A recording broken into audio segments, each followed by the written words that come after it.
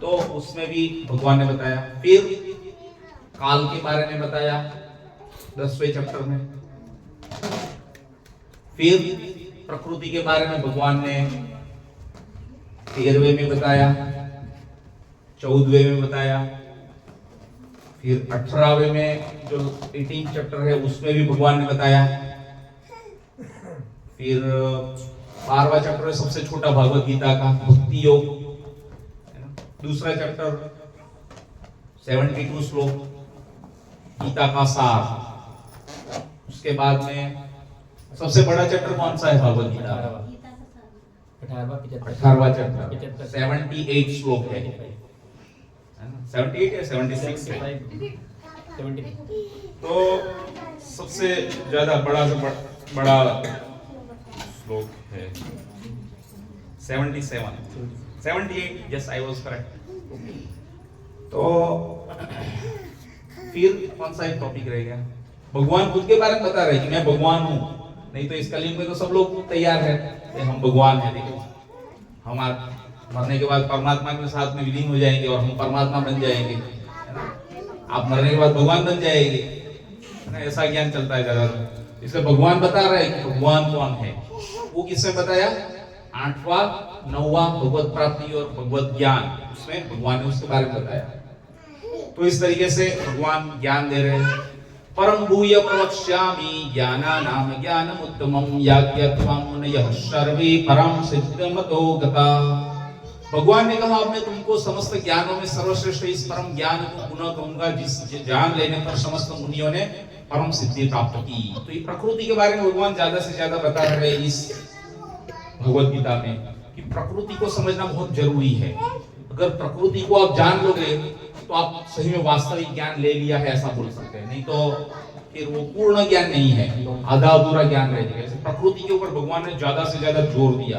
ज्यादा से ज्यादा अध्याय में भगवान ने प्रकृति के बारे में बताया कि लोग अच्छे से समझ ले, और इससे उसको जो है जन्म मृत्यु जरा व्याधि, birth death old age disease, ये साइकिल से मुक्ति मिलेगी और उसको भगवत धाम की प्राप्ति हो सके। तो प्रकृति के 3 गुणों के अनुसार जो चीजें प्रभावित होती है हमारी दैनिक रूटीन लाइफ में, समय, आहार, समय भी हम लोगों ने देखा, आहार भी देखा था, नाम देखा, श्रद्धा, बुद्धि, सुख, यहां से बाकी है सारा। सुख, यज्ञ, मृत्यु, त्याग। यज्ञ जो है वो एक्चुअली यज्ञ तो सब पवित्र ही रहते हैं, है ना? यज्ञ करते हैं हम लोग, यज्ञ होता है सब कंपनी भी करवा देगी, पर वो किस इंटेंशन से करते हो आप, वो इंपॉर्टेंट है ना? कि इंटेंशन आप क्या है, आप कोई भी चीज यज्ञ कर रहे हो तो किस इंटेंशन से करते हो वो जरूरी है। और फिर उसमें आप जो जो चीजें अंदर देते हो वो चीज कितनी पवित्र है, कितनी शुद्धता है, कितने पटु ब्राह्मण है, कितने अच्छे पुरोहित है, ये सब चीजें जरूरी है। 4 चीजें जो है मुख्य बताई गई है कि कोई यज्ञ करना हो तो एक तो आहुति देने वाला होता है ना, फिर मंत्रों का उच्चारण करने वाला पटु ब्राह्मण चाहिए, है ना, फिर अग्नि को बिना अग्नि की सहायता जला सके अध्वर्यु ये चाहिए, फिर दूसरा और कौन सा एक रहेगा, एक और भी है 4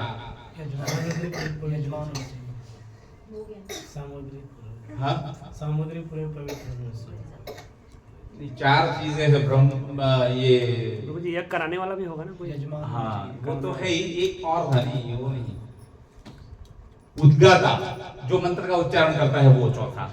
तो ये 4 चीज जो है प्रॉपर भगवत पुराण में ये वर्णन है, तो वो यज्ञ का आपको प्रॉपर रिजल्ट मिलेगा, नहीं तो फिर आपको रिजल्ट नहीं मिलेगा वो।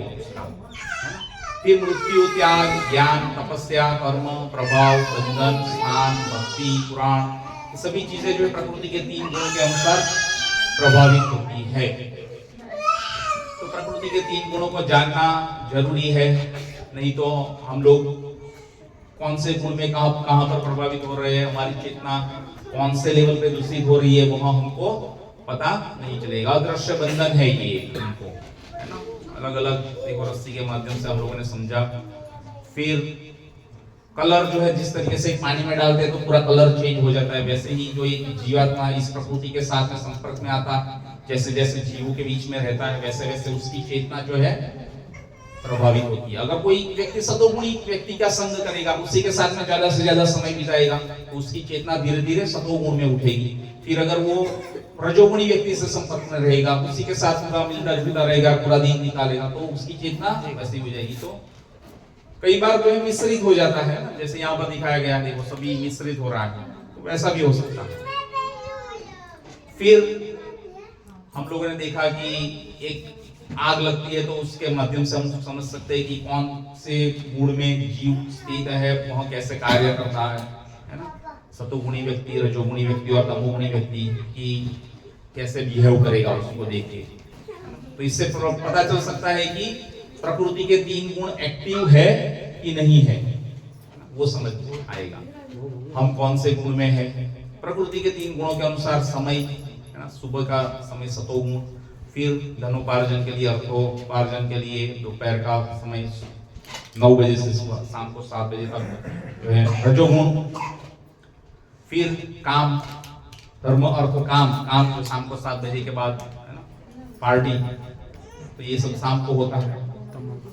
फिर आहार, प्रकृति के 3 गुणों के अनुसार कि तमोगुणी व्यक्ति जो है मांस, मच्छी, अंडा, ये सब चीजें लेना ज्यादा पसंद करेगा, क्योंकि उसका आहार में यह रूटीन रहता है। उसको नहीं मिलेगा तो क्या करेगा, व्यथित हो जाएगा, वो बौखला जाएगा कि ये मेरे पास नहीं मिला। कितने सारे लोग रहते हैं ना, स्पेशली उसको चाहिए कुछ ऐसी चीजें जो है।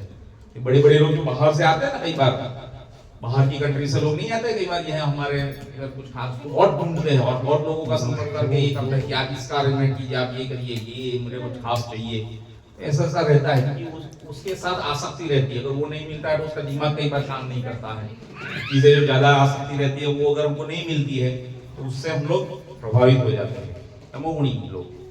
फिर रजोगुणी आहार, फास्ट फूड टाइप का, वो भी समझा। फिर सतोगुणी आहार, दाल, चावल, सब्जी, रोटी, दूध, दही, छाछ, फल, फ्रूट इत्यादि। फिर शुद्ध सतोगुणी आहार, भगवान को भोग लगाया हुआ प्रसाद, प्रभु के सीधा दर्शन, साक्षात दर्शन, वहां सतोगुणी आहार है। शुद्ध सतोगुणी आहार, शुद्ध सतोगुणी कोई भी चीज रहती है तो भगवान को जो मध्य में रख के उसके लिए जो कार्य किया जाता है वो शुद्ध सतोगुण में स्थित है। फिर आता है तमोगुण में दान, किसी को पैसा दे दिया भिखारी को, अगर उसने गलत जगह पे यूज किया तो उसका रिएक्शन आपको भी आएगा, तो उसके लिए आपको परिणाम मिलेगा, उसका भुगतना पड़ेगा। फिर रजोगुण में दान, अगर किसी को पैसा दिया और उसने अगर गलत इंटेंशन में उसको यूज कर किया कोई संस्था ने, तो आपको भुगतना पड़ सकता है। फिर कौन था पता है? हरे कृष्णा, कैसे, कौन है ये पिक्चर में दिख रहा है, समझ में आ रहा है कौन है ये? Mother Teresa. बहुत अच्छा काम किया है ना, बहुत अच्छा काम कर रहे हैं। लेकिन जो है उसकी संस्था में मांस परोसा जाता है ना, सूप पिलाया जाता है चिकन का, तो इसके चलते हुए वो दूषित हो जाता है।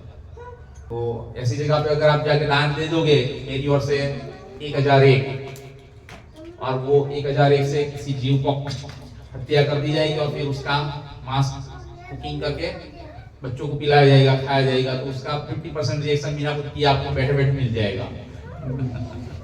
इस तरीके से तो रजोगुण में दिया हुआ दान है ना। कई बार देने की इच्छा नहीं रहती है, अरे यार मैंने ज्यादा दे दिया, इतना नहीं देना चाहिए था, वो भी रजोगुण में चला जाता है। बार बार कोई मांगने के लिए आता रहता है और फिर बाद में आप उसको परेशान होके गुस्सा होके दे देते हैं कि यार जाओ जाके मरो, बार बार मांगने के लिए आ जाते हैं। ऐसे जो दान दिया है वो भी रजोगुण तमोगुण में चला जाता है। ये सब दान वो तो तमोगुण में जाता है, तमोगुणी दान, रजोगुण में भी नहीं। रजोगुण में तो चलो आपने इंटेंशन अच्छे से दिया, पर आपने ज्यादा डेप्थ में जांच पड़ताल नहीं की कि ये मेरा जो पैसा है वो कहां पर इस्तेमाल होगा। सतोगुण में दिया हुआ दान, ब्राह्मण को, वैष्णव को इस तरीके से यज्ञ कथा कीर्तन करवाते हैं और जो दान दक्षिणा देते हैं वह है ना, गृहस्थ का कर्तव्य बनता है ब्राह्मण, और ब्राह्मण ही केवल जो है यज्ञ ले सकता, दान ले सकता है, बाकी गृहस्थ और क्षत्रिय और वैश्य ये लोग दान नहीं ले सकते। शास्त्र मना किया है, केवल ब्राह्मण को ही दान देना है। वैष्णव को और ब्राह्मण को, ये हमने समझा। उसके बाद में शुद्ध सतोगुण में दिया हुआ दान भगवान कृष्ण के लिए, भगवान के लिए जो भी दोगे, ब्राह्मण को दोगे तो 10 गुना मिलेगा, वैष्णव को दोगे तो 1000 गुना मिलेगा, भगवान कृष्ण के लिए अगर दे दोगे तो वो करोड़ों गुना फल बताया गया है शास्त्र में। इस तरीके से जहाँ जहाँ पर जैसे जैसे जिसको माध्यम रख के आप जो दान देते हैं तो उस प्रकार से भगवान ऐसे प्रोवाइड करते हैं, और भगवान को अगर दिया है तो उसका बहुत अच्छा फल मिलता है। टोकरी वाली जो फल देने के लिए आई थी नंद महाराज के आंगन पे, और उन्होंने जो रेसिप्रोकेट किया भगवान ने, पूरी उसकी टोकरी भर दी, है ना। कुछ चंद मुट्ठी चावल केवल दिया भगवान ने, और बहुत सारे सब फ्रूट जो थे वो दे दिए भगवान के लिए दिया हुआ डाल, उसको बहुत बेनिफिट मिलता है और बहुत फायदा होता है। भगवान आपकी टोकरी पूरी भर देंगे, पर यहाँ पे नहीं भरेंगे। ये भगवान आप जब गोलोक में जाएंगे ना वहां पर भरेंगे, यहाँ पे भर देंगे तो फिर आपको हम लोग गलत मिसयूज इसका कर लेंगे, क्योंकि यहाँ पर तो माया का प्रभाव जबरदस्त है। कब कौन कहाँ पर चलित हो जाए, विचलित हो जाए, ट्रैक से डिस्ट्रैक्ट हो जाए, कोई पता नहीं चलता है। तो इसलिए भगवान जब हम लोग गोलोक में जाएंगे, भगवान के धाम में स्थान मिलेगा, तो वहां पर जो है भगवान आपकी टोकरी भर देंगे। अगर यहाँ पर आप भगवान के लिए कुछ कार्य करोगे, भगवान के लिए कुछ दोगे, भगवान के लिए मैं बोल रहा हूँ, ना कि देवी देवता। ध्यान रखना। प्रकृति के 3 गुणों के अनुसार श्रद्धा, ये भी हम लोगों ने समझा। तमोगुणी जीवों की श्रद्धा जो है, देखो भूत और ये स्मशान भूमि में बुआ जागरी सब जो करते हैं, वो हिटलर जैसे व्यक्ति, अमिताभ बच्चन, रजनीकांत जैसे, सचिन तेंदुलकर जैसे लोगों की लोग पूजा करते हैं आजकल, है ना। मनुष्य की पूजा रजोगुण श्रद्धा से प्रभावित, ऐसी श्रद्धा रहती है।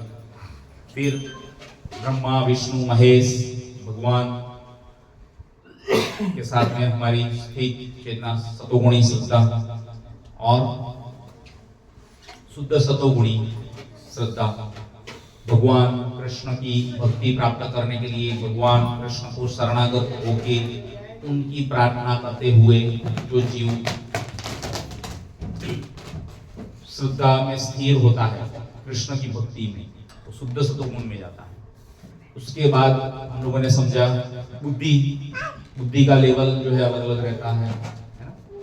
सभी जीवों का तमोगुणी बुद्धि रहती है, अधर्म को धर्म समझेंगे, धर्म को अधर्म समझेंगे, जो नहीं करना चाहिए वो करेंगे, जो करना चाहिए वो नहीं करेंगे, ऐसे जीव रहते हैं। तमोगुणी बुद्धि, रजोगुणी बुद्धि, है ना, क्या करना है क्या नहीं करना है, इसके बीच में क्या डिफरेंस है, ये संप्रदाय वाले ये संघ जो है ये क्या कर रहा है, ये क्या कर रहा है, ये तीसरा है, ये क्या कर रहा है, ये भी एक ग्रुप है, ये इसकी भी एक्टिविटी है, ये क्या सब भेद नहीं कर पाते।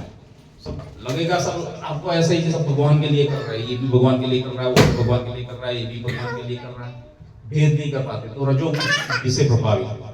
जब ऐसे बारिश होती है ना, ये प्रकृति के 3 गुण ऐसे हैं कि आपको प्रभावित करते। बारिश जब गिरती है ना ऊपर से सीधी, और उसको आप लोग सीधा कैच कर लो, है ना, वो पानी वो जल कैसा रहता है, कैंगन वाटर, सुना है नाम कैंगन वाटर?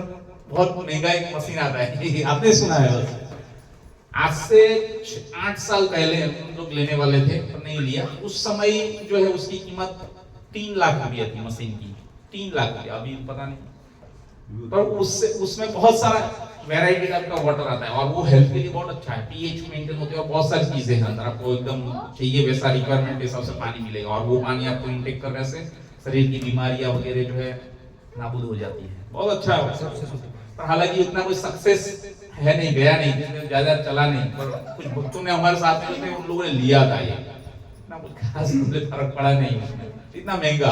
तो सबसे बेस्ट कैंगन वाटर कौन सा है? सीधा जो पड़ा, अगर वो पानी नीचे गिर जाए जमीन के ऊपर और फिर बाद में ले तो वो कैसा हो जाएगा? अशुद्ध हो जाएगा, दूषित हो जाएगा। तो वैसे ही है एक जीव जो है, हम आत्मा जीवात्मा जब किसी माँ के गर्भ से बाहर आके इस प्रकृति के साथ में टच में आ जाते हैं, और फिर जैसी हमारी चेतना जो है सूक्ष्म शरीर मन बुद्धि अहंकार से बना हुआ, वो पिछला जन्म में हमने कैसे कार्य किए हैं उस प्रकार से वो चेतना हमारी प्रभावित रहती है, और उस प्रकार से हम लोग कार्य करने लगते हैं। तो ये इस तरीके से प्रभावित होती है चेतना। तो वैसे ही वो जीव भी कार्य करने लगेगा, दूषित हो जाएगी उसकी चेतना, समझ रहे हैं? तो इसीलिए आपको अपने आप को सतोगुण में, शुद्ध सतोगुण में स्थित हो सको, उसके लिए प्रयास करना चाहिए कि हम लोग भगवान की भक्ति में जुड़ के, भक्तों का संग करके, भगवान की सेवा करके, भगवान की भक्ति में निष्ठा पूर्वक अपने आप को समर्पित करके भगवान का प्रेम अर्जित करें। इसी माध्यम से आपको भगवान का प्रेम मिलेगा। फिर सतोगुणी बुद्धि जो भगवान की सेवा में हमेशा लगे रहते हैं, वैसे लोग, है ना। शुद्ध सतोगुण मतलब सतत कीर्तयन्तो माम, सतत भगवान की सेवा में फुल टाइम, है ना। सभी जीव जो है फुल टाइम जा सकते हैं, सभी मनुष्य को तैयारी करनी चाहिए। शुद्ध सतोगुण में बुद्धि स्थित होती है।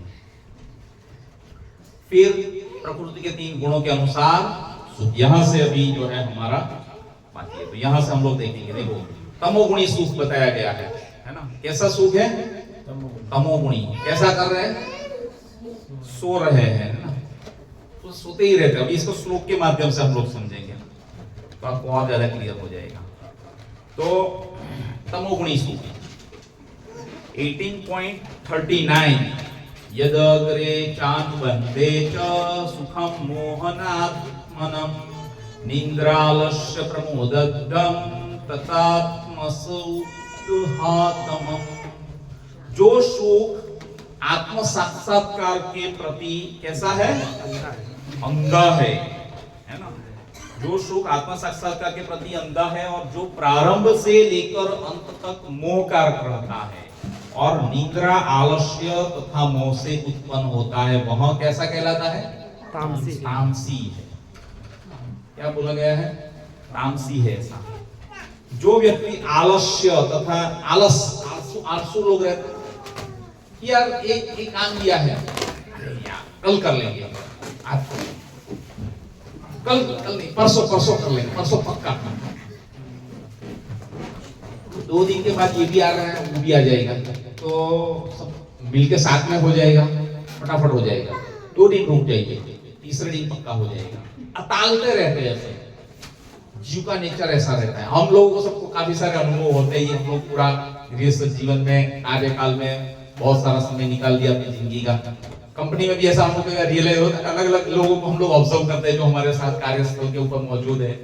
अलग अलग सबका एटीट्यूड, बिहेवियर सबका रहता है। तो ऐसे आलसी लोग फिर मोह कारक रहते हैं ना, कि जो चल रहा है, जो हो रहा है, वो सब पूरा एकदम सही हो रहा है, सब अच्छा है, इसमें और कुछ ऊपर नीचे करने की जरूरत नहीं है, यही रह जाए। तो वर्तमान में जो है वो परिस्थिति से जीव कैसा रहता है? मोहग्रस्त रहता है, मोहित होता रहता है कि ये सही है, बस इसको चलने दो। इससे आसक्ति हमारी ज्यादा है। जबकि जो भूतकाल में जो हम लोगों ने किया उसके साथ में हमारा कैसा रहता है?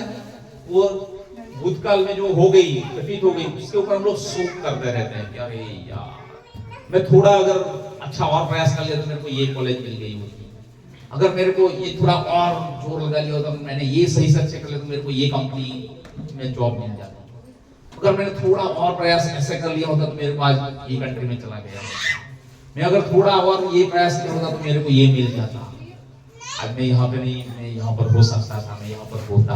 सब लोग अपने आप को ऐसे ही डिटरमाइन करते हैं कि नहीं करते? तो जो भूतकाल में हो गया उससे हम लोग शोकग्रस्त रहते हैं, ये ऐसा नहीं, ऐसा होना चाहिए, शोकग्रस्त। और जो भविष्य है हमारा, उससे हम लोग कैसे रहते हैं? भयभीत रहते हैं। क्या होगा, हमारी क्या हालत होगी, हमारे बीवी बच्चों का क्या होगा, हमारा घर, गाड़ी, बीवी, बंगला, अच्छे मोबाइल, ये वो सब चीजों से हमारी आसक्ति ज्यादा है।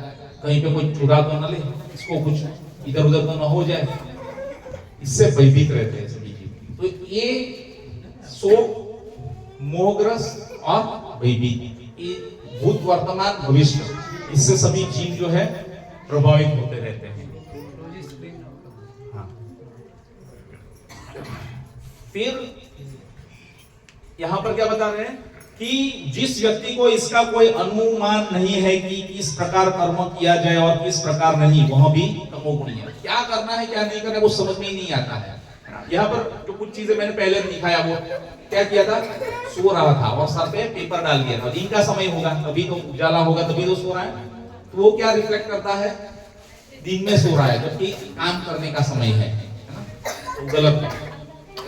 तो जीव जो है अलग अलग प्रकार से समझ सकता है। भगवत गीता बेसिक में बताया था कि कुछ जीव जो है केवल उसकी इंटेलिजेंस क्यू जो रहता है, आईक्यू, वो इतना शार्प रहता है कि केवल एक बार जस्ट बोल दो ना, वो कैच कर लेगा और फिर उसको पूरा ग्रहण करके उस हिसाब से कार्य करने लग जाते हैं। वो पूरे फर्स्ट क्लास बुद्धि वाले रहते हैं। कुछ जो है हमारे जैसे सब मोस्ट प्रोबेबली जो है सेकंड क्लास बुद्धि वाले है ना। तो बोलते हैं, ये बोलना साथ में पिक्चर दिखाना भी पड़ता है ना कि भाई ये देखो, ये जो है देखो यहाँ पर क्या कर रहे हैं सब लोग, है ना। ये पिक्चर है, ये पिक्चर को देख के हम लोग समझ सकते हैं ये क्या कर रहे हैं, तो और हमको ज्यादा क्लियर होगा, है ना। वो सेकंड क्लास बुद्धि वाले। फिर और दूसरे आते हैं थर्ड क्लास बुद्धि वाले, बोलने का दिखाने का भी देख के समझेंगे, बोल के समझेंगे और फिर बाद में समझा के उसको प्रैक्टिकल भी चीजें करके दिखानी पड़ती है ना, तब जाकर के समझते हैं अच्छा ऐसे है। जैसे कई बार दिखाया जाता है कि ये कई बार कंपनी में नहीं रहता है, कुछ चीजें हम लोग करके भी दिखाते हैं, फिर बाद में वो उसको ध्यान में रखते हैं, फिर बाद में सही से अच्छे से करने लगता है, फिर उसको इंडिपेंडेंट दिया जाता है, नहीं तो गड़बड़ कर देगा। कुछ जो है तुरंत ही कैच कर लेते हैं केवल पढ़ के ही, कुछ पढ़ के बिना पढ़े केवल किसी ने बोल दिया कि ऐसे ऐसे, केवल देख के ही समझ जाएगा ये दो लोग मिलके क्या कर रहे हैं, कैसे कैसे क्या क्या किया, पहले क्या किया, लास्ट में क्या किया, ये पूरा देख के तुरंत ही करके। फर्स्ट क्लास बुद्धि वाले। और फोर्थ क्लास बुद्धि वाले कैसे फोर्थ क्लास बुद्धि वाले कैसे रहते हैं, बोलना भी पड़ता है, समझाना भी पड़ता है, दिखाना भी पड़ता है और फिर बाद में एक बार गड़बड़ भी करेंगे, डांटना भी पड़ता है और फिर बाद में अनुभव करेंगे। हाँ, चोट पड़ती है ना, एक मार पड़ती है, हाँ ये तो गलत हो गया, कभी फायरिंग होती है, दंड मिलता है, फिर जाकर के सुधरते हैं कि हाँ। तो ऐसा फोर्थ क्लास बुद्धि वाले लोग रहते हैं। तो इसलिए ज्यादातर यहाँ पे फोटो भी रखे गए हैं और दिखा के जाते हैं कि आप देखेंगे तो आपको ज्यादा क्लियर हो जाएगा। तो प्रारंभ से लेकर अंत तक मोह कारक ही रहता है, और जो निद्रा, आलस्य तथा मोह से उत्पन्न होता है वह तामसी है ना। उसे न तो प्रारंभ में सुख मिलता है न अंत में, है ना। रजोगुणी व्यक्ति के लिए प्रारंभ में कुछ क्षणिक सुख और अंत में दुख होता है, लेकिन जो तमोगुणी है प्रारंभ में अंत में सभी जगह पे दुख मिलता है उसको। रजोगुणी व्यक्ति को कहां पे सुख मिलेगा, अभी आएगा आगे के श्लोक में, है ना। देखिए रजोगुणी सुख, है ना। रजोगुणी सुख में क्या बताया गया, आप एक बार पिक्चर देख लीजिए, फिर पिक्चर के बाद में जो है आपको और क्लियर हो जाएगा, फिर हम लोग पिक्चर के ऊपर नहीं आएंगे। तो ये तमोगुणी सुख है ना। सोने देना, बहुत सुबह में उठना है, बहुत मीठी नींद आ रही है, अभी मत उठाओ, 5 मिनट और। अच्छा लगता है सोने का, अच्छा लगता है सुबह में, है ना। सोने और 5 मिनट और 5 मिनट सोते रहने, तमोगुणी सुख मिलता है। सुबह में उठना जो है माया परास करने जैसा है, बिस्तर छोड़ना। अनुभव है सबको, हमको, उसमें भी ठंडी और यहाँ की ठंडी। अरे यार सोने तो अभी सुबह में, अभी ज्यादा से ज्यादा लोग इसलिए आफ्टरनून ड्यूटी में जाना पसंद करते हैं, देखो इसलिए भक्त भी नहीं आते हैं कि आफ्टरनून ड्यूटी प्रभु रहना दीजिए, थोड़ा आपको अच्छा रहेगा। सुबह में 8 बजे उठेंगे, आराम से जाएंगे और अच्छा लगता है। तो तमोगुणी व्यक्ति। फिर आते हैं रजोगुणी सुख। देखो क्या है पिक्चर में, क्या कहां पे घूम रहे हैं, गोवा में, फिर होटल में, 5 स्टार होटल में, फिर ग्रुप डिनर पूरा देखो, और फिर रोमांस, और फिर मूवी, ये सब पूरा सुख कैसा है, रजोगुणी। पिक्चर के साथ में आपको दिखाया जाएगा। अभी इसको पिक्चर को देख के जो आप श्लोक के साथ में समझिए, है ना, तो आपको और क्लियर हो जाएगा। तो रजोगुणी सुख जो है कैसा रहता है, प्रारंभ में आपको आनंद देगा। सिगरेट पीते हैं,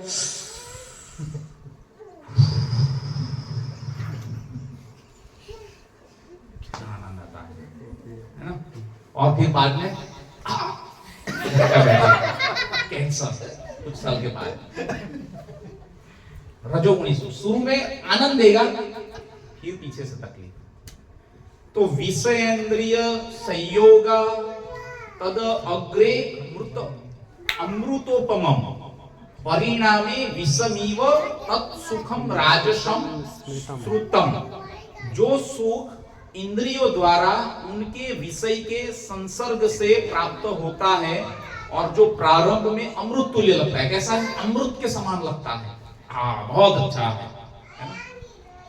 और अंत में जो है कैसा है? विष तुल्य लगता है ना? बाद में जो है तकलीफ वाला है। मूवी आती है ना, मूवी में कैसा दिखाता है? रोमांस दिखाता है, सब अच्छे से ज्यादा बहुत अच्छा लगता है देखने में। और उसमें जो पीछे में जो फैक्ट्री में पसीना बहाना पड़ता है ना, वो नहीं दिखाते हैं। क्योंकि अगर वो दिखाएंगे तो लोग मूवी देखने के लिए नहीं जाएंगे, है ना? जाएगा कोई देखने के लिए, इसलिए उसमें वो चीज नहीं दिखाते हैं। एक लड़का लड़की को जो मिलता है तो एक दूसरे के प्रति प्रेम रहता है, आसक्ति रहती है, फिर बाद में अच्छा लगता है, शुरू में बहुत सही चलता है, मजा आता है, आनंद मिलता है। और फिर बाद में कुछ पल के बाद, कुछ समय के बाद ले जनार्दन बर्तन की आवाज आती है। चलो भी मतलब हो सकता है ऐसा। तो ऐसा शुरू में जो आनंद देगा बहुत अच्छा है, फिर बाद में तो प्रभु जी को टाइम ही नहीं है हमारे लिए। देखो समय ही नहीं है हमारे लिए, ऐसा हो जाता है। बाद में का समय कहां पे रहता है? फैक्ट्री में निकल जाता है ना? तो उसमें जो वो सुख मिलता है वो कैसा है? रजोगुणी सुख है। 18.38 में जो है वर्णन किया गया है। तो जब कोई युवक किसी युवती से मिलता है तो इंद्रिय युवक को प्रेरित करती है और वह उस युवती को देखे, उसका स्पर्श करे तथा उससे संभोग करे। प्रारंभ में इंद्रियों को यह अत्यंत सुखकारी लगता है, बहुत अच्छा लगता है ना? छोटे छोटे बच्चे आते हैं, कुची कुची कू।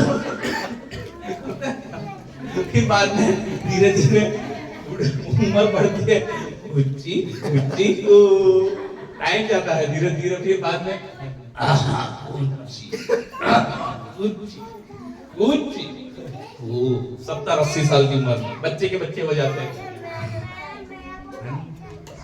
तो ये सुख शुरू में अच्छा लगता है, फिर बाद में जो है अंत में तकलीफ देने वाला है। प्रारंभ में इंद्रिय को यह अत्यंत सुखकर लग सकता है, लेकिन अंत में या कुछ समय बाद वही विष तुल्य बन जाता है।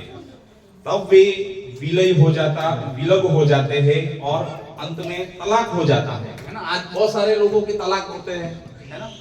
बहुत सारे रीजन है उसके, क्योंकि मैच नहीं करती है फ्रीक्वेंसी। शुरू में अच्छा लग गया, जुड़ गए, फिर बाद में सेपरेट हो जाते हैं। जैसे ही अपना मन नहीं बनता है, ट्यूनिंग नहीं होता है, फ्रीक्वेंसी मैच नहीं होता है, क्योंकि शास्त्र के अनुसार ना तो शादी ब्याह किया है और बहुत सारे रीजंस हैं सेपरेट होने के। तो इस तरीके से फिर आगे प्रभुपाद और भी वर्णन किया है कि फिर शोक विषाद इत्यादि उत्पन्न होता है, वो झगड़े। ऐसा सुख जो है सदैव राजसी रहता है, शुरू में अच्छा लगेगा, बाद में तकलीफ। जो सुख इंद्रियों और विषयों को संयोग से प्राप्त होता है वह सदैव दुख का कारण बनता है। जो विषय इंद्रिया है ना, जो आंख कोई चीज देख लेती है, कभी मोबाइल में हम लोग कुछ चीजें देख लेते हैं, हाँ ये बहुत अच्छा लगा, हमारी आंख को बहुत अच्छा लगता है, फिर मन में वो खेलता रहता है। उस समय खोल के मैं वापस वही देख लेता हूँ थोड़ा फिर से। Facebook, WhatsApp, Twitter, Instagram status, ये वो फलाना ढिमका सब चीजें खुलती रहती है बार। हाँ यहाँ कुछ नहीं है, मोबाइल में तुरंत अपनी इंद्रिया जो है उंगली वहीं पे चली जाएगी और खोल के आंख को आनंद मिलेगा। हाँ बहुत अच्छा है। कई बार कोई जगह पे हमारी नजर टिक जाती है, हाँ जाता है, फिर भी देखते ही रह जाते हैं। तो इस तरीके से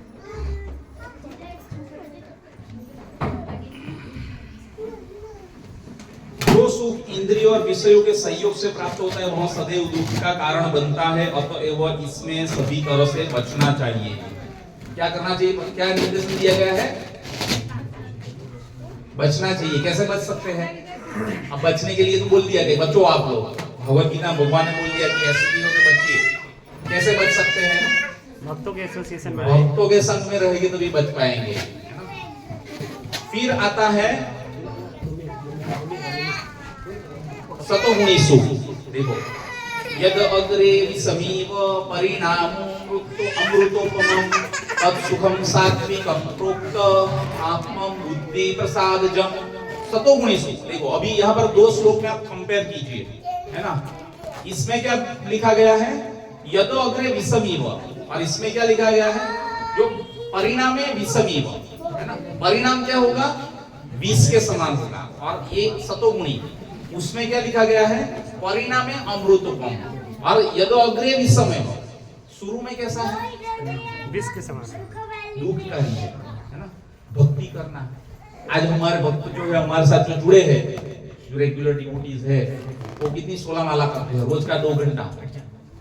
बहुत टफ है ये, इतना इजी नहीं है 16 माला करना, बहुत वेरी वेरी टफ, इतना इजी नहीं है ये करना। तपस्या, बाहर का नहीं खाना, सुबह में 4:30 बजे उठना, ब्रह्म मुहूर्त में भगवान को जगाना, सेवा करना, भक्त लोग करते हैं। बहुत दुष्कर है ये, इतना इजी नहीं है कोई कर पाए। और यही अपनी क्या है कलयुग में? तपस्या है।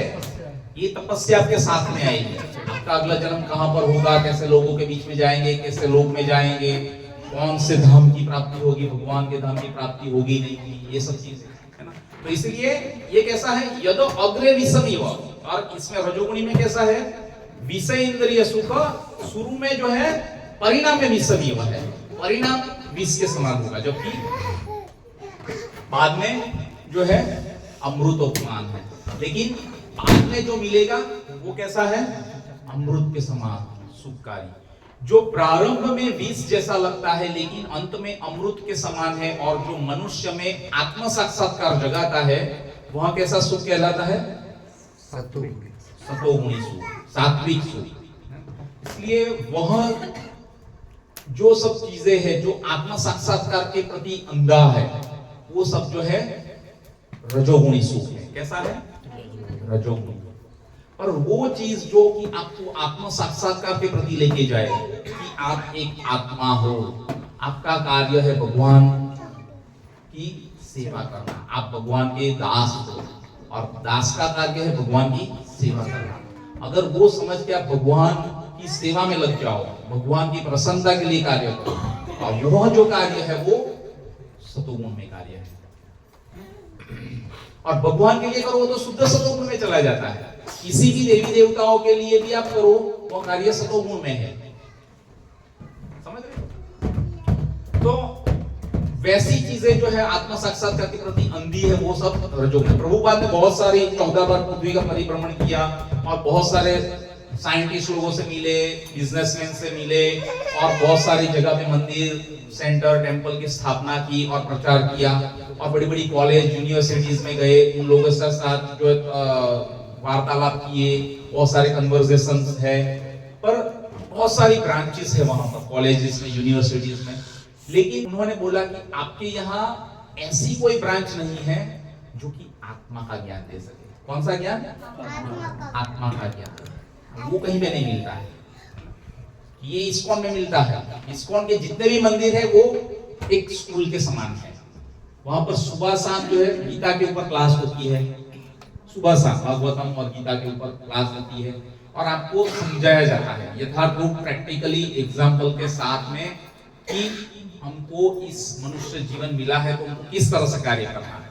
केवल एक वहां पर जो है गीता का यथार्थ रूप से ज्ञान देके समझाया जाता है, पॉइंट टू पॉइंट, जैसे अभी हम लोग चर्चा कर रहे हैं। तो इस तरीके से ऐसा जो ज्ञान है वो आत्म साक्षात्कार के मार्ग पे आपको लेकर जाएगा, और ये जो है वो सतोगुणी स्थिति है ना। तो 18.37 में जो है वर्णन किया गया है कि आत्म साक्षात्कार के साधन में मन तथा इंद्रियों को वश में करने तथा मन को आत्म केंद्रित करने के लिए नाना प्रकार के विधि विधानों का पालन करना पड़ता है। ये सारी विधियां बहुत कठिन और विष के समान अत्यंत कड़वी लगने वाली है ना। जैसे सुबह में मैंने बताया कि उठना, नाम जप करना भगवान का, हरे कृष्णा कृष्णा कृष्णा हरे हरे, हरे राम राम राम हरे। भगवान का नाम जप करना, भगवान के लिए कुकिंग करना, भगवान के लिए कोई बड़ा प्रोग्राम का आयोजन करना, भगवान के लिए प्रसाद बनाना, भगवान के लिए प्रोग्राम के लिए सब तैयारी करना, भाग दौड़ करना। जैसे अभी गोवर्धन पूजा गया, इतने सारे सब डिवोटीज आए, सब लोगों ने मिलके जो भगवान की सेवा की और प्रचार करने में प्रयास किया। प्रचार के लिए जाते हैं, बुक डिस्ट्रीब्यूशन के लिए, भगवान के लिए जो कार्य करते हैं वो हम, है ना। तो ऐसे सब जो चीज है, ये सारी विधियां बहुत कठिन है ना। कितना तकलीफ वाला होता है घर पे बीवी बच्चों को छोड़ के बाहर जाने का, थोड़ी देर के लिए, एक तो आए हैं 10-12 घंटा कंपनी में से समय निकाल के फिर बाद में यहाँ पर आना, फिर बाद में वापस ये सब करना, कितना कष्टकारी है ना, कितना तकलीफ वाला है। इसलिए लोग नहीं कर पाते हैं ये, क्योंकि प्रकृति के 3 गुण ऐसे कार्य करते हैं, रजोगुण और तमोगुण। क्योंकि जहां पर हम लोग कार्य करके आते हैं वो पूरा कैसे रहता है, रजोगुण, और कुछ कुछ तमोगुण से भी मिश्रित हो जाता है। तो इस तरीके से, लेकिन यदि कोई इन नियमों के पालन में सफल हो जाता है और दिव्य पद को प्राप्त हो जाता है, तो वह वास्तविक अमृत का पान करने लगता है और जीवन का सुख प्राप्त करता है। कैसा है, सुख प्राप्त करने लगेगा, अमृत के समान है उसके लिए। तो इस तरीके से फिर आता है शुद्ध सतोगुणी सुख, है ना। मच्चित्त मदगत प्रणा बोधयन्त परस्परम कथयन्तश्च माम नित्यम तुष्यन्ति चरमन्ति च। मेरे शुद्ध भक्त के विचार, भगवान बता रहे अर्जुन को कि मेरे शुद्ध भक्तों के विचार। मतलब शुद्ध भक्त कौन है, जो सदैव भगवान की सेवा में लगे हैं, जो मैंने बताई ये सब चीजें रेगुलर करते हैं, भगवान की सेवा के लिए हमेशा उपस्थित रहते हैं, वैसे भक्त। मेरे शुद्ध भक्तों के विचार मुझ में वास करते हैं।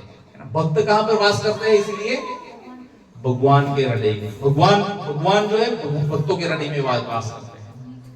इसलिए जब गंगा नदी जो आने का था ना इधर पृथ्वी के ऊपर, तो गंगा ने मना कर दिया कि मैं नहीं जाऊंगी नीचे, ये तो कलयुग के पापी लोग हैं, वहां पे जाके लोग तो क्या करेंगे, मेरा आके पाप धो के चले जाएंगे अपने यहाँ, और फिर सबके पाप लेते रहूंगी तो मैं क्या करूंगी फिर, ये इतने सारे पापों का इकट्ठा करके।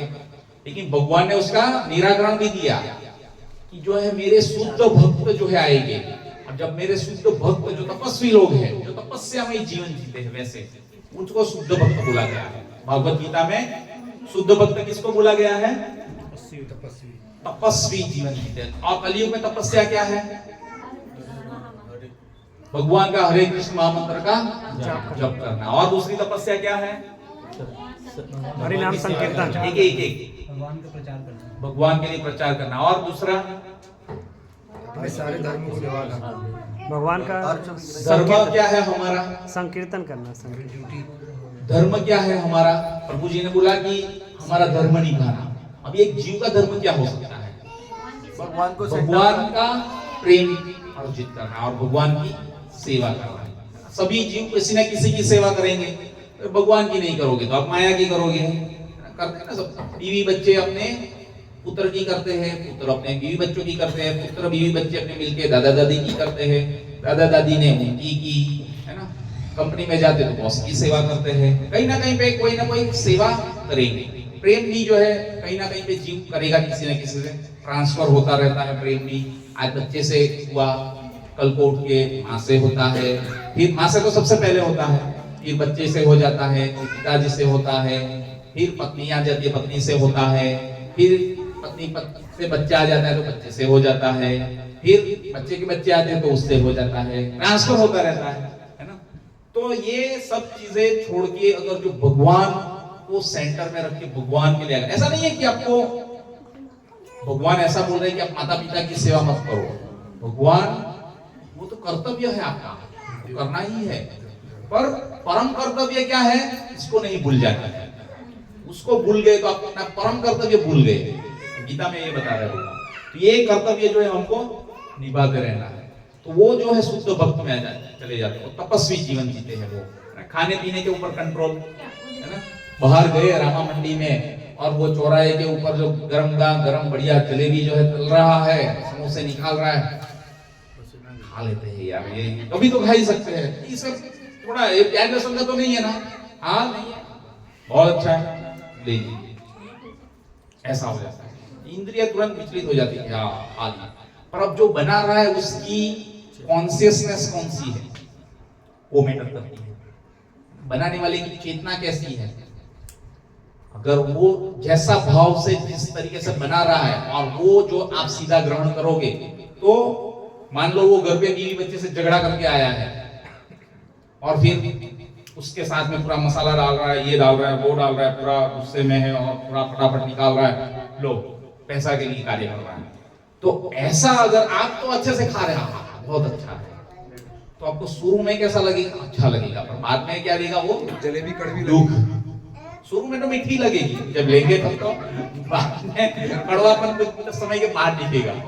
तो इसलिए तो ये बाहर का खाने के ऊपर कंट्रोल करना, इंद्रियों को वश में करना, तो ये सब चीजें जो है वो तपस्वी है, ये जीवन की तपस्या है। खाने पीने सोने में कुछ जीवन पूरा बिता देते हैं, ज्यादा से ज्यादा समय सोते रहते हैं, वैसा नहीं। अगर इस तरीके से कार्य किया तो वो तो पूरा तमोगुण में चला जाता है, सोते ही रहते, कार्य भी नहीं करता, अपना निर्दिष्ट कर्तव्य कर्म भी भूल जाते हैं कई बार लोग, है ना। तो वो नहीं भूलना है, आप जिस जिस वर्ग में हो वर्णाश्रम के प्रकार से उस वर्ण में रह के आपको उसके लिए जो प्रयोजित है वह कार्य उचित तौर से करना है। गृहस्थ हो तो आपका कर्तव्य है कि बीवी बच्चों का पालन करो, वो करना है आपको। अब ऐसा नहीं है कि भगवान की सेवा मत करो, हम तो प्रभु जी बीवी बच्चे की सेवा कर रहे हैं ना, पत्नी की तबीयत खराब है, आज बच्चे का एग्जाम है, आप देखो बच्चों का कल से एग्जाम शुरू हो रहा है, तो बच्चे तो है ही नहीं यार, बच्चे के साथ उसके माता पिता भी चले गए। दूसरा हमला, कंपनी में अभी बड़ा मेजर टास्क है हमारे पास, टर्न अराउंड आ गया, सब लोग वहां पर बिजी हो जाते हैं, है ना, और उस प्रभु जी लोग बिजी हो जाने के साथ में माता जी लोग भी बिजी हो जाएंगे, वो भी नहीं आ पाएंगे, होता है ना। प्रभु जी लोगों के साथ माता जी लोगों का 12 घंटा चालू हो जाता है, घर पे बैठे बैठे 12 घंटा करते रहेंगे, तो प्रभु जी लोग आएंगे तो ही पहुंच पाएंगे, नहीं तो फिर आपकी मृत्यु अलग अलग समय पे आने वाली है। उन लोगों के लिए संदेश है, आपकी मृत्यु अलग अलग समय पे आएगी और आप एक दूसरे को तार नहीं पाओगे। मेरी पत्नी और मेरे बच्चे को मैं मेरे बलबूते के ऊपर भक्ति करके उसके भगवत धाम लेके चला जाऊंगा, हुआ कभी नहीं हो पाएगा। आपके भी बच्चे नरक में चले जाएंगे, आप अच्छी जगह पे मिल जाएगी, इसलिए आसक्ति नहीं बनानी है।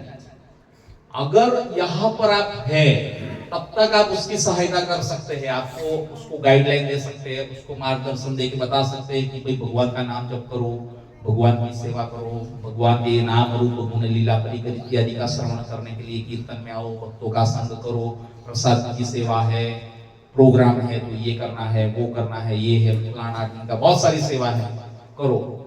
कैसे करना है वो भी दिखाएंगे, भक्त लोग आएंगे, संग में रहेंगे, लेकिन कुछ जो है करना ही नहीं चाहते हैं, पूरी जिंदगी सालों साल निकल जाते हैं, फिर भी कुछ आता नहीं है। तो ऐसी चीजें जो है अज्ञान में जीवन सीखेंगे नहीं, सीखेंगे तो करना पड़ेगा, है ना। तो वो मोहवश है, ये सब चीजें जो मोह में ही रहते हैं कि जानेंगे तो फिर करना पड़ेगा, इसे जानो ही मत, है ना, जान लेंगे तो फिर करना पड़ सकता है, इसलिए दूर ही रहो। ये गीता रामा मंडी में जाते हैं ना डिस्ट्रीब्यूशन के लिए प्रचार में, तो लीजिए यार अभी अभी अभी तो नहीं यार, कब 60 के बाद, और दूसरा नमूना 60 के बाद में बाजू में गद्दी के ऊपर बैठा रहता है ना, पूरा मुंह अभी 60 प्लस हो गया तो थोड़ा थोड़ा भी ऐसा ही हो जाएगा ना, जाने का समय तो नजदीक है, अभी मना समझ लीजिएगा। और ये दूसरा नमूना बाजू में तैयारी रहता है, देखो वो 60 के बाद क्या कर रहा है, मोबाइल में घुमा रहे हैं। दूसरा एग्जांपल देते हैं कि वो भक्ति करने से तो लोग परेशान रहते हैं, हम क्यों करें।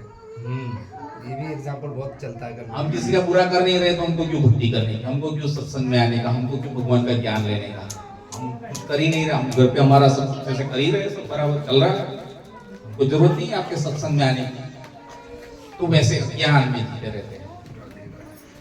तो ऐसे बहुत सारे चीजें हैं, तो ये सब चीजों में भगवान यहाँ पर बताया कि ये सारी विद्या बहुत कठिन और विष के समान अत्यंत कड़वी लगने वाली है, लेकिन यदि कोई इन नियमों का पालन में सफल हो जाता है और दिव्य पद को प्राप्त हो जाता है तो वह वास्तविक अमृत का पान करने लगता है और जीवन का सुख प्राप्त करता है। जीवन का उसको वास्तविक सुख मिल जाएगा, है ना। और वास्तविक सुख क्या है जीवन का? भगवान की सेवा, वास्तविक सुख किस माध्यम से प्राप्त कर सकते हैं?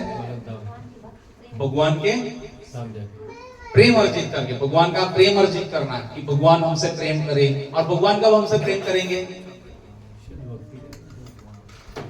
भगवान कब प्रेम करेंगे हमसे? जब हम भगवान से देखो ये अभी गुरु जी आए, गुरु जी बताइए, अभी आज का लेक्चर में पॉइंट था भगवान का प्रेम कैसे हम लोग अर्जित कर सकते हैं, बताइए। भगवान का प्रेम हम भगवान के प्रति अपनी भक्ति, भगवान के प्रति उनका नाम जाप करके जो है। और दूसरा और क्या क्या कर सकते हैं? उनकी सेवा करना है ना। सेवा करोगे, घर पे बैठे नहीं रहना है, सेवा करना है भगवान के लिए। तो सेवा करोगे तो भगवान तो जो उसकी सेवा करते हैं उसको अपने आप देखो चले भी जाते हैं बाकी बिहारी मंदिर में, बीच बीच में क्यों करते हैं, कर्टेन डालते रहते हैं कि जो जिस भाव से आता है, जिसकी जो चेतना है, भगवान को जितना हायर लेवल का प्रेम करता है तो भगवान को साथ में लेके चला जाता है। इसके बीच में ऑब्स्ट्रक्शन डालने के लिए पर्दे करते रहते हैं, है ना। तो भगवान का प्रेम अर्जित करना जो है जीवन का मुख्य उद्देश्य, कि हमको भगवान का प्रेम मिले। अगर भगवान का प्रेम ही नहीं मिल पाया तो सब बेकार है। मनुष्य जीवन में पूरा धनोपार्जन के लिए ही निकाल दिया जीवन, और फिर बाद में हुच्ची ओ फिर गए हरे कृष्णा। तो उसमें कोई समझदारी वाला नहीं है, है ना। शुरू में तो अच्छा लगता है, चिकू चिकू बच्चा छोटा छोटा बहुत अच्छा लगता है, फिर बाद में जो है डंडे पड़ते हैं। तो इस तरीके से है ना कि बहुत कष्टदायक है ये, मैं इसलिए एग्जाम्पल के साथ में आपको बता रहा हूँ, समझा रहा हूँ, पर ये वास्तविकता है इस जीवन में। हरे कृष्णा। श्रील प्रभुपाद की जय। निताय गौर प्रेमानंदे श्री हरि हरि हरि बोल। किसी को कोई ये देखो, ये शुद्ध सतोगुण में सीधे एक लास्ट स्लाइड आपको बताने की रह गई, है ना। क्या है इसमें? ये तमोगुणी हम लोगों ने देखा, रजोगुणी देखा, फिर ये रजोगुणी है ना। कैसा है देखो, मूवी में प्रेम लड़का लड़की मिलते हैं, प्रारंभ में बहुत अच्छा लगता है, फिर बाद में वर्णन किया गया तलाक हो जाता है, सेपरेट हो जाते हैं। सतोगुणी सुख अच्छा लगता है, घर पे बैठ के भी कर सकते हैं हम, भगवान को भोजन का प्रसाद खा रहे हैं, आपके सत्संग में आने की क्या जरूरत है, चलता ही हमारा सब सही है। सतोगुण में स्थित गाय का दूध पीते हैं हम लोग, धाम में भी जाते हैं, प्रोग्राम भी हम लोग अटेंड कर लेते हैं, ऐसा नहीं करते। सतोगुणी जीव, पर शुद्ध सतोगुणी जीव है ना, सबसे ऊपर, वो ही केवल भगवत धाम जा पाएगा। इवन सतोगुण में रहेंगे तो भी आपको ज्यादा से ज्यादा ऊपर के लोक की प्राप्ति होगी, भगवान के धाम नहीं जा सकता सतोगुण में रहेंगे। सतोगुण से भी ऊपर उठ के आपको किसमें स्थित होना है? शुद्ध सतोगुण में, है ना। शुद्ध सत देखो कैसे आनंदित है सभी, मिल के भगवान के लिए कथा कीर्तन करते हैं। अभी हम लोग करेंगे कीर्तन, है ना। देखो तो ऐसे जो सुख मिलता है वो कैसा है? ट्रांसेंडेंटल हैप्पीनेस है, सबसे परम सुख का ये रहता है सभी जीव के लिए। शुद्ध सतोगुणी सुख है, ठीक है। अभी यज्ञ जो है हम लोग अगले सेशन में लेंगे। हरे कृष्ण। हरे कृष्ण। व्यक्ति विलास में भी ये चीज बताया था, अगर किसी को इस में किसी बुक्स में रीड भी किया है, याद नहीं आ रहा, कि अगर घर में से कोई एक अगर भगवत धाम प्राप्ति होती तो उसकी 7 पीढ़ियां पूरा नहीं और 7 पीढ़ियां बाद की, इनको भी भगवत प्राप्ति हो जाती है। नरक से बाहर निकलते हैं, भगवत धाम की प्राप्ति नहीं हो जाती। नरक में अगर गए हैं, नरकागामी है, कोई नीचे के लोक में है, अधोलोक की प्राप्ति हुई है, तो उसको ऊर्ध्व गति होगी, वो ऊपर के लोक में उठेंगे, उसको जो है भक्तिमय वातावरण मिलेगा, ब्राह्मण या वैष्णव के कुल में जन्म मिलेगा, किसी धनाढ्य परिवार में जन्म मिलेगा, और ऐसी सुविधाएं मिलेगी जिससे कि वो भगवान भक्ति कर सके और भगवान का प्रेम प्राप्त कर सके। ऐसा नहीं कि बिना कुछ किए ही उसको भी भगवत धाम की प्राप्ति मिल जाएगी। ये भगवान प्रभु के सेशन में भी सुना होगा 7 पीढ़ियां आपकी तर जाती और है। वो तो क्रमशः जाएंगे ना, ग्रेजुअली। अभी ऐसा तो है नहीं कि कुछ एक ही जन्म में तुरंत चले गए। और अगर जाते भी है तो अगर आप भक्त बने, पहले तो दीक्षा लेना आवश्यक है। दीक्षा लिया तो फिर बाद में जो है आपके बाकी सब पीढ़ियों का भी उद्धार होता है। तो अगर आप दीक्षा लिया, फिर इतने डेडिकेशन हो भक्ति के लिए, कैसे भगवान को अगर इस तरीके से आप कार्य करते जाओगे भगवान की भक्ति में जुड़ के, और भगवान के लिए कुछ करोगे, और आपको अंतोगतत्व भगवत धाम की प्राप्ति होगी, तो उसमें एक जन्म में तो तुरंत तो हो नहीं जाएगी, लग सकते हैं ना कई सारे जन्म। ऐसा तो है नहीं कि एक ही जन्म में। बहुत कम लोगों की चेतना है उस लेवल तक पहुंच सकती है कि वो भगवत धाम को प्राप्त कर सकते हैं। बाकी इतना इजी तो है नहीं कि भाई तुरंत ही सबको मिल गई। आज 40-40 साल से लोग भक्ति में लगे हुए हैं भगवान का दर्शन करने के लिए, है ना। तो हम तो किस खेत की मूली है। तो इस तरीके से इसलिए ऐसा नहीं है कि बिना कुछ किए ही जो हमारी सभी पीढ़ियों जो है उसका भी उद्धार हो जाएगा। उद्धार होता है इन द सेंस कि वो उधर ऊर्ध्व गति होगी, वो जीव ऊपर के लोक में प्राप्ति होगी, उसको अच्छा कुल मिलेगा जहां से वो भगवान के लिए कुछ कर सके। भगवान का छोटे छोटे भक्तों के घर में जो बच्चे रहते हैं वो कितना फास्ट आगे बढ़ जाते हैं भक्ति में, और जो बाकी अभक्तों के घर में है वो तो मोबाइल देखने में पूरा जिंदगी निकल जाती है और ऐसे ही रह जाते हैं।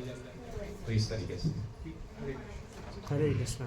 और किसी को कुछ बोलना, जानना, पूछना, बताना हो